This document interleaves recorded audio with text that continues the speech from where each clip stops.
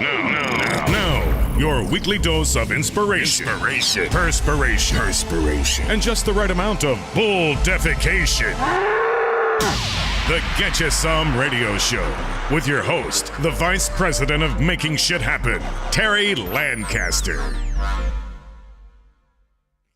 Greetings and salutations. Welcome back to the Get You Some studio. I'm Terry Lancaster, and today's guest is Jeffrey Lipsius. Jeffrey's the author of Selling to the Point because the information age demands a new way to sell. Now, if you've watched the show any, you know one of my favorite subjects to talk about is how the communication technology has changed the way we communicate and changed the way we sell things. It's compacted the sales funnel. It's made all kinds of changes, and Jeff's going to tell us all about that today. I read Jeff's book last summer, and honestly, it's one of the best books I read last year. It's an interesting business book. It is probably the first and only business book that I have ever read that is a fiction book.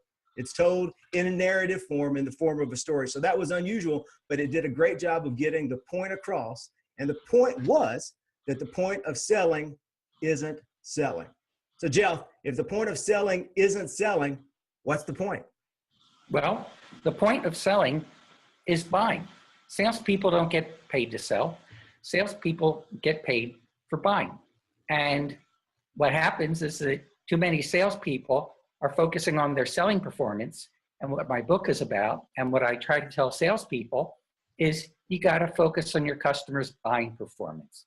And the reason I came up with this, and I thought this was so important, Terry, is because the landscape is changing for customers in the digital age. Salespeople aren't needed anymore when it comes to getting product information, getting pricing information. Yeah, a lot of the things that salespeople used to depend on as far as their role have now changed. So what is the role of the new salesperson? The role of the new salesperson is to be your customer's decision coach. I'll let you digest that for a minute. The decision process is what customers need help with in the digital age.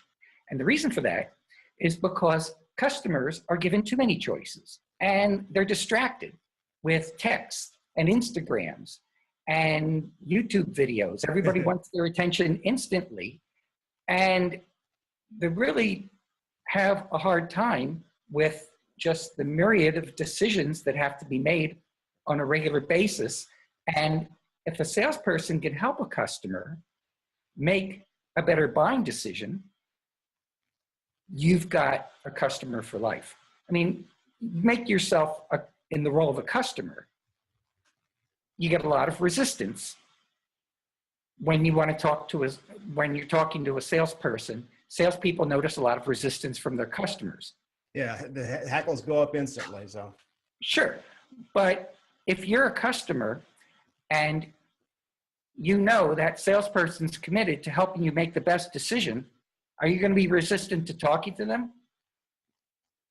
No, I mean, everyone needs the information, so everyone's looking for someone to be on their side, I think. So exactly, everybody needs a person to help coach the decisions we make.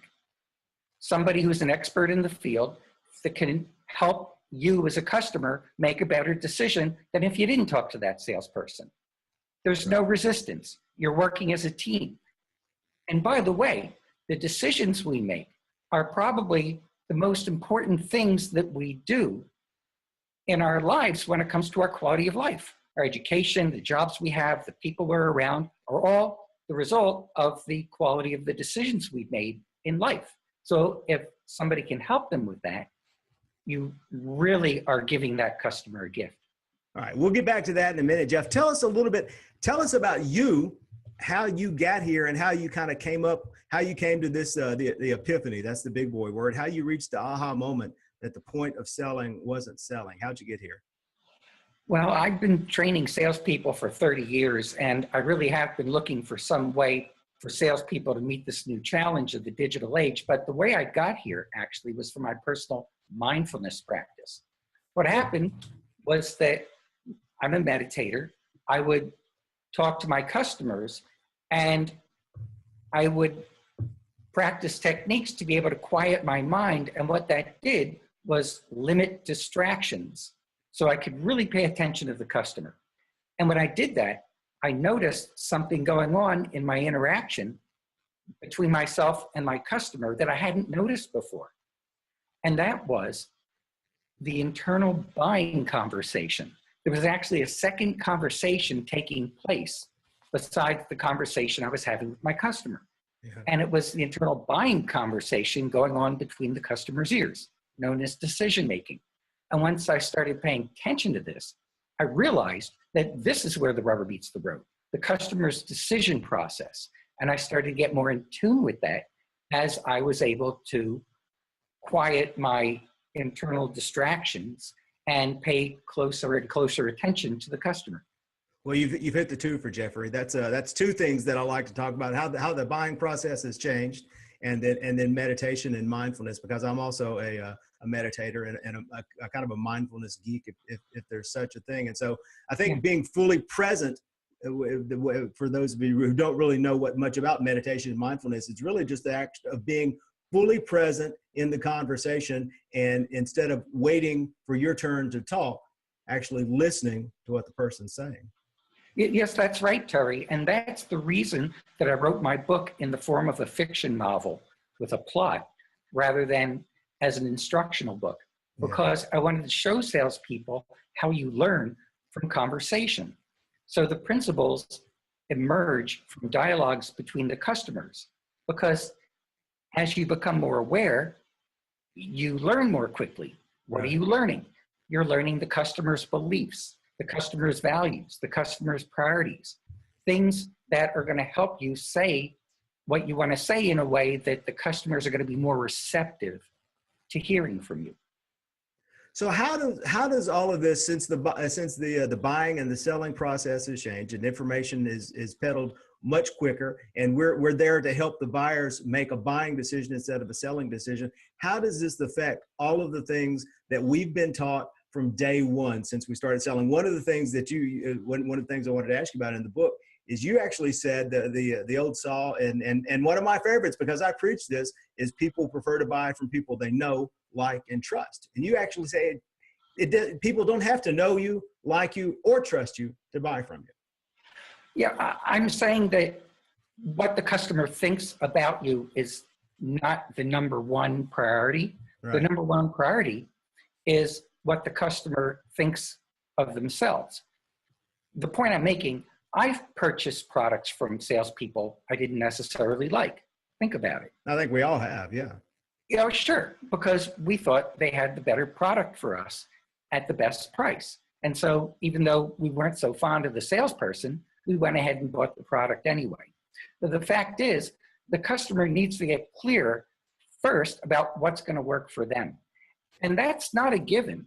Not all customers are clear about their wants and needs. And salespeople, as decision coaches, could help tremendously get customers to have more clarity about what's really going to suit them. That's where the rubber meets the road. That's the point of selling, is what's going to work for the customer. So what I do, Terry, is in my book and in my selling approach, my workshops and my keynotes, I turn everything around. So if you're talking about clarity, I'm not talking about the product's selling points, where you go over the features of the product. That's what most salespeople think about when they think of clarity, or the product's features. What I'm saying, clarity, is the customer's self-knowledge, the customer's self-awareness of what they need, of what their goals are, of what their priorities are. The more clear a customer is about those internal things, the easier it is to present the features of your product in a way that the customer is going to want to hear about. So how do we get to that point? How do we, I mean, it sounds almost like you're a psychiatrist. You got your customer laid out on the bed there, and you want to talk to them and you tap into their deepest, darkest, innermost desires and wants. How do we get them to open up like that? And especially if they don't know, like, or trust us. Okay. As a salesperson, you are the learner, not the teacher. That's how you do it, by paying attention and learning about your customer's buying process and your customer's decision process. By doing so, you're going to be much more able to respond in a way that's going to be much more successful. Yeah. So, I mean, well, give me, well, I mean, is there an interview process? I mean, or is it just as simple as having an honest conversation, honest, open, one-to-one conversation where you're present in the moment? Well, it is a one-to-one conversation when you're in that type of sale, but I have 3 C's. I actually have a whole decision coaching system that I lay out in the book. And it boils down to the 3 C's. Now, the 3 C's are something customers need in order to make the best decisions, and salespeople can help them attain them. Right. The first C is confidence. So customers have to be self-confident. They have to be confident in their ability to make a decision. Right. If the salespeople, when we think about confidence, typically think about external confidence, which is the customer's confidence of the salesperson. Mm-hmm. Well, that's secondary. The primary confidence is the customer's self-confidence in their ability to decide if they can trust their salesperson. So internal confidence comes first. The same thing with clarity, which we already talked about. Salespeople think about external clarity, which is the product's features. Internal clarity is about the customer's wants and needs. And the customer has to get in touch with those needs, or they'll never know how the product's features are going to benefit them. Right. Okay. The third C is choice, and it has to do with the customer's self-empowerment to make a decision. If the customer, for some reason, doesn't give themselves permission to make a decision, then you're not going to get the sale. And customers with insufficient choice can be the most frustrating because they're the ones that like the product, they want the product, but for some reason don't feel empowered to buy it. And a salesperson could chase this customer around forever because you're getting such positive feedback about it. Right. But without sufficient choice, the customer isn't going to buy. So these are my 3 C's for optimal decision making. So choice, the choice of having something to weigh it, something to compare your product and your option to, or? Well, it's more about the customer's range of options. See, salespeople are in the choice business. Mm-hmm. Salespeople present solutions to customers that the customer hadn't considered before. And so the salesperson is increasing the customer's range of choices to choose from in order to get a better solution. Okay. All right. Yeah.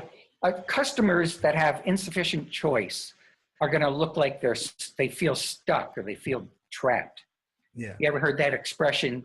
If you keep doing what you're doing, you're going to get what you got. Yep. That's somebody suffering from insufficient choice, unable to empower themselves to make a change. And salespeople have to intervene and help them see a wider range of options than the customer had previously considered. That's increasing choice. So let's translate all this again back to old school, Glengarry, Glenn Ross: attention, interest, desire, action. You've got a fresh lead. It just come in off the internet. Someone saw you on your website, is interested in your product or service, picks up the phone and calls you. You don't know them from Adam. And now you have to dig down into their brain and implant the 3 C's into their brain. I mean, so fresh off the bat, someone who doesn't know, like, and trust you, you have no idea who they are. They have no idea who you are. How do you get there? That seems like a pretty long road to hoe. Well, you want to be the learner, not the teacher. So one of the first things you ask is, what got you to call us today? What were you looking for? Start asking questions right away and get to know them, because questions are the salesperson's window into the customer's decision process.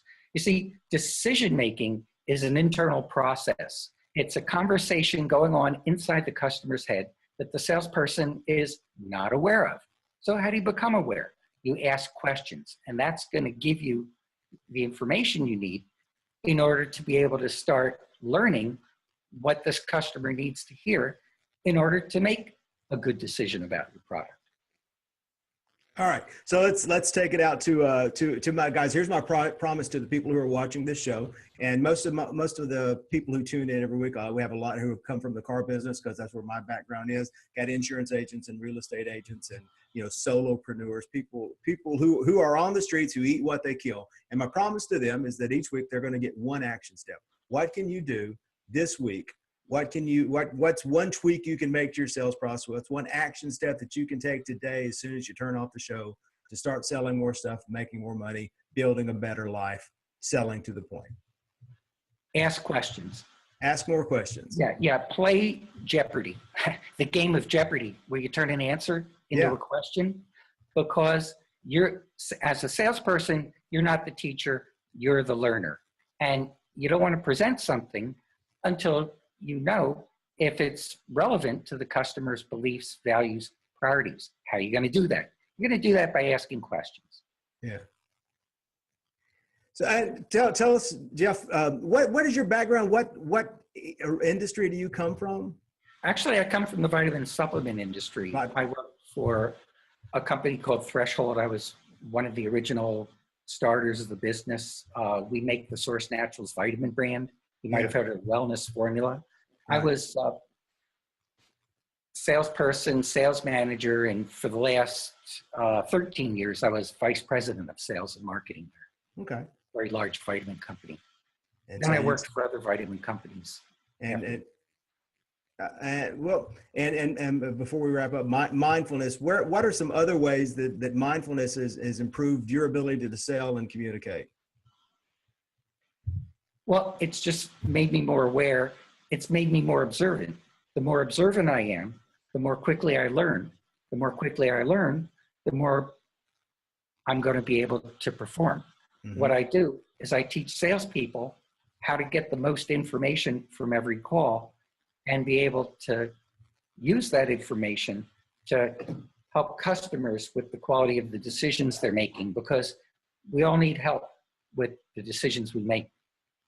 Yeah. One of the projects, by the way, that I'm working on is I'm facilitating inner game workshops for salespeople with Timothy Galway, author of The Inner Game of Tennis and the Inner Game book. So that's one of my most recent endeavors that I've been very, very happy to be doing. Well, that's one of the things that mindfulness, and I've actually had this conversation with a couple of folks on the show, and mindfulness and peak selling performance and peak sports performance. And it's really, a lot of it is being present, being in the flow, being here, being now. And that affects your performance, whether you're selling or whether you're hitting a tennis ball. Well, the point I'm making, Terry, is that decision performance it's performance just like acting or sports. You have decision making. Mm-hmm. And just like you're coaching somebody's sports performance, you're coaching somebody's acting performance, you can also coach somebody's decision performance. Yeah. And I'll take this kind of down a different road. And my thing is, we all like to think that we're product of the decisions that we make, but most of the time, most of us are running on autopilot, and we do things the way we do things because that's the way we've always done things. And our decision-making process is really, it's something we don't understand, we don't deal with, so what I try to get people to do is to, instead of relying on making a good decision in the moment, to build a good habit to get you where you want to go, so the decision making is automatic and easy. Well, you have conscious decisions and unconscious decisions. Unconscious decisions are done by autopilot. You might not like where you end up. Right. Conscious decisions are what you want. Yeah. And that's where salespeople come in, helping customers make more conscious decisions. Yeah, and so many customers, they buy what they've always bought because that's what they've always bought, and then they don't even try to make the new decision. Making a decision is a lot of work. Yeah, it is. And people can use some support, and that's why we're here as sales professionals. Being a decision-making coach. Jeff, tell everyone how to get in touch with you.